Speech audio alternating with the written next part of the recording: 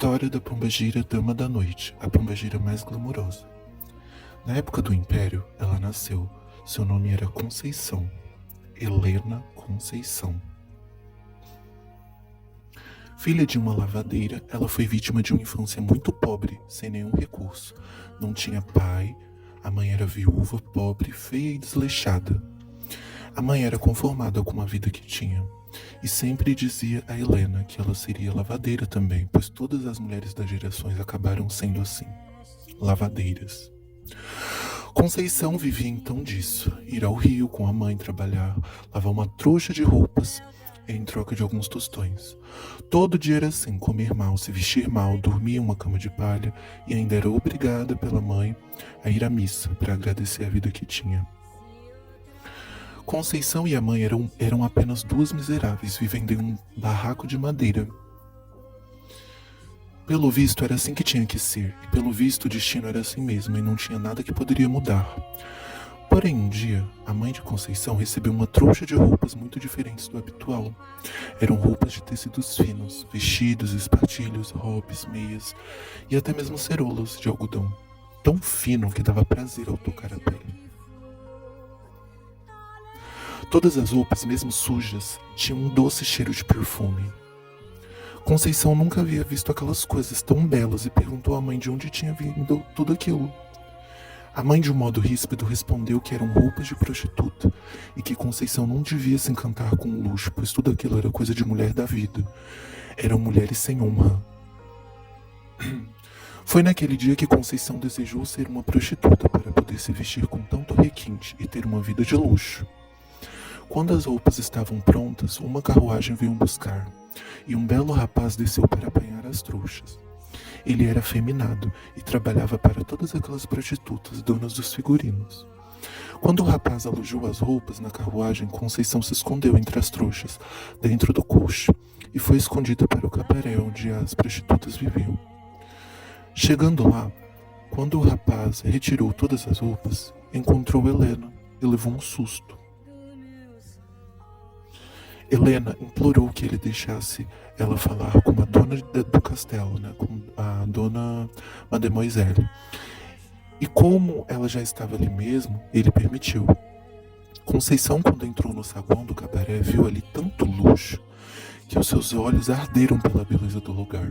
E a prostituta recebeu em sua alcova e se apresentou como Mademoiselle Quitéria, uma imigrante francesa que estava se estabelecendo no Brasil.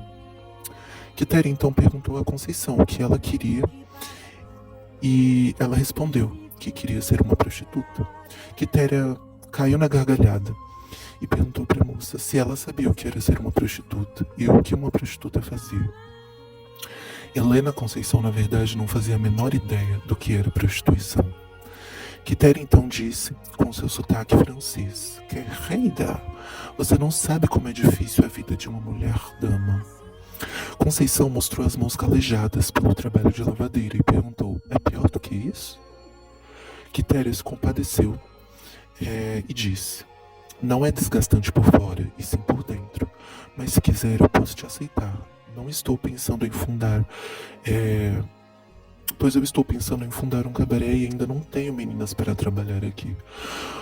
Desde então, Conceição foi aceita como a primeira menina do cabaré de Maria Quitéria. Ela, apenas com 16 anos, se tornou uma prostituta. Logo, Quitéria tinha mais de 30 moças em sua casa, alegrando a noite da cidade. Conceição passou a se vestir com luxo e a poder dormir até meio-dia como sempre sonhou, tendo vida de requintes e privilégios. Um dia, Quitéria reuniu todas as moças do cabaré e as parabenizou pelo sucesso da casa. Por isso, decidiu dar a cada uma um presente. Cada uma delas poderia pedir algo que Quitéria iria realizar. Uma pediu brincos de jade, a outra pediu um espartilho novo. Uma outra pediu um leque francês, e assim cada uma pediu algo. Quando chegou na vez de Helena, Helena disse que queria aprender a ler e a escrever. Quitéria se espantou. A maioria das prostitutas eram analfabetas, já que as mulheres com instrução raramente caíam nesse tipo de vida. Porém, o pedido de Conceição Helena Conceição foi atendida. Todos os dias em que o cabaré não abria, ela ia para o quarto de Quitéria e ali tomava as lições de como ler e escrever. Ela aprendeu português, também o francês e um pouco de latim. Quitéria se encantou por Conceição de tal modo que ensinou a ela não somente a escrita e os idiomas, mas também as regras de etiqueta, né? Conceição, então, depois de alguns anos, havia se tornado uma dama. Foi então que decidiu mudar de nome. Ela escolheu se chamar Helena de Troia. Helena não parou por aí. Ela foi aprender com as modistas a forma mais classuda de se vestir. Foi aprender com os joalheiros como usar as joias de modo correto e assim ela se tornou um perfeito manequim, uma boneca de luxo. Porém, havia um apelido pelo qual era chamada pelos clientes da casa. Eles a chamavam de Dama da Noite, pois assim como a flor que só floresce uma única vez.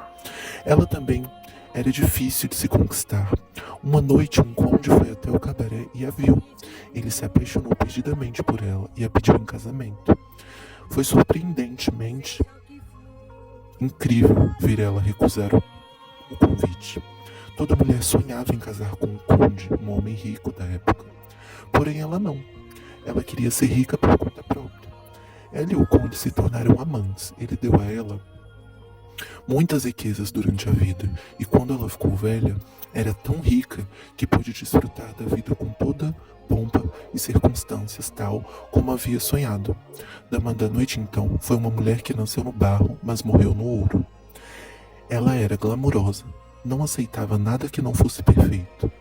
Muitas tinham inveja e tentavam derrubá-la de qualquer custo, pois ela era de fato uma verdadeira dama. Mademoiselle Helena, mais conhecida como Dama da Noite. O segredo de Dama da Noite, na verdade, era amar a si mesma.